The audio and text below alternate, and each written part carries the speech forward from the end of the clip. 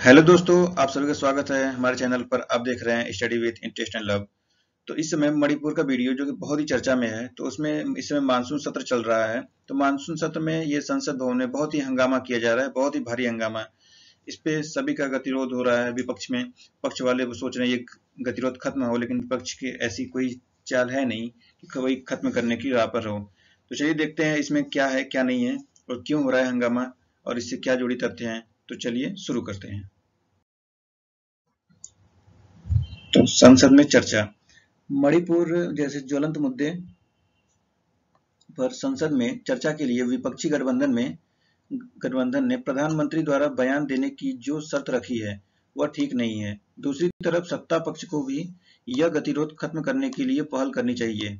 इन दोनों की बात कहा गया है कि प्रधानमंत्री ने जो बयान दिया था उस पर और विपक्ष में जो गतिरोध हो रहा है उस पर सभी को अपने अपने बयानों पर इसमें गतिरोध खत्म करना चाहिए, ऐसा कहा जा रहा है।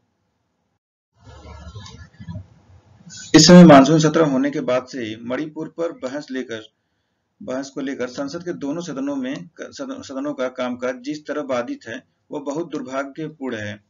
संसद में ऐसे कार्यों पर हमेशा बहस होती रहती है, लेकिन इसके कार्यों में बाधा आ रहा है, तो ये हमारे लिए बहुत ही दुर्भाग्यपूर्ण बात है।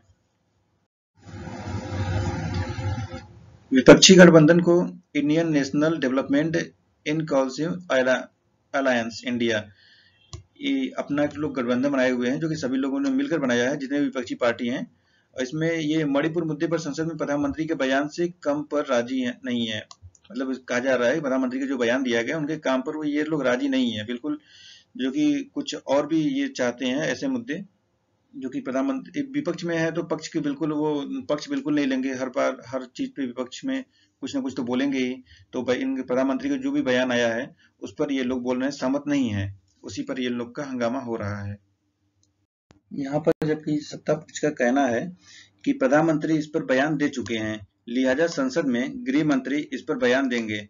गृह मंत्री इस पर क्या बयान देंगे वो आगे देखिएगा आप लोग। तो प्रधानमंत्री का इस पर बयान दे चुके हैं, ये पक्ष का कहना है।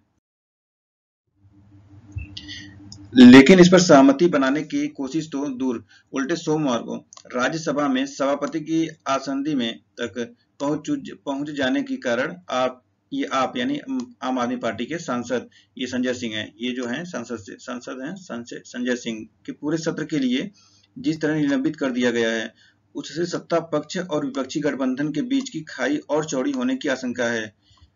ये राज्यसभा के सीट के पास पहुंच गए थे, इसलिए उन्होंने निलंबित कर दिया है इनको। संजय सिंह का निलंबन ऐसे समय में हुआ है जब दिल्ली में नौकरशाहों पर नियंत्रण के मुद्दे पर आप मतलब आम आदमी पार्टी और भाजपा पहले से ही आमने सामने हैं। संसद में गतिरोध सिर्फ प्रधानमंत्री के बयान से जुड़ी विपक्षी गठबंधन की जिद के कारण नहीं, बल्कि किस नियम के तहत चर्चा हो इस पर भी है। यानी कि प्रधानमंत्री अपने बयान के बारे में जो भी बयान दिए हैं उस पर वही मुद्दा नहीं उठा रहे हैं, बल्कि उनके नियम के तहत भी जो बात होनी चाहिए, जो मुद्दा उठाना चाहिए, उस पर भी विपक्ष वाले चर्चा कर रहे हैं।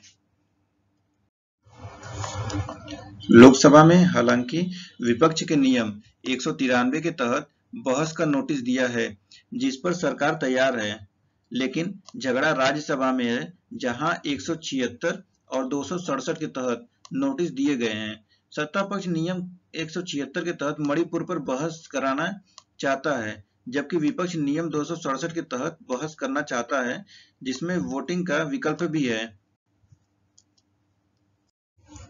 मणिपुर की हिंसा सिर्फ इसके लंबे समय तक जारी रहने के कारण ही नहीं, बल्कि महिलाओं के प्रति सुलह हिंसक तत्वों द्वारा हथियारों की लूट और हिंसा रोक पाने में सरकारी और प्रशासनिक विफलता के कारण भी बेहद गंभीर है। यहाँ पे देख रहे हैं कैसे हिंसा कैसे हुआ है, सभी स्कॉर्पियो चला दिए हैं।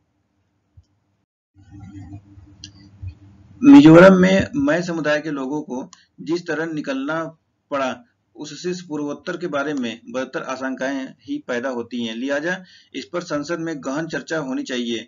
ऐसे में विपक्षी गठबंधन चर्चा के लिए जिस तरह की शर्त रख रहा है यह ठीक नहीं है। मतलब विपक्ष अपनी शर्त रख रहा है, जो कि ऐसा ठीक नहीं कहा जा रहा है। अपनी जीत पर अड़े रहने से उसकी छवि तो खराब हो ही रही है, राष्ट्र के संसाधनों का भी भारी नुकसान हो रहा है। लेकिन संसद के न चल पाने के लिए अकेला विपक्ष जिम्मेदार नहीं है। मतलब कहा जा रहा है कि संसद में पहले से इनके संसाधनों का नुकसान हो रहा है, लेकिन जो संसद इस समय चल नहीं पा रहा है, इसमें अकेला विपक्ष ही नहीं बल्कि पक्ष भी जिम्मेदार है, ऐसा कहा जा रहा है। इसमें फिर अंतिम में यही कहा जा रहा है कि संसद का सत्र सुचारू रूप से चलाने की जिम्मेदारी सत्ता पक्ष की है।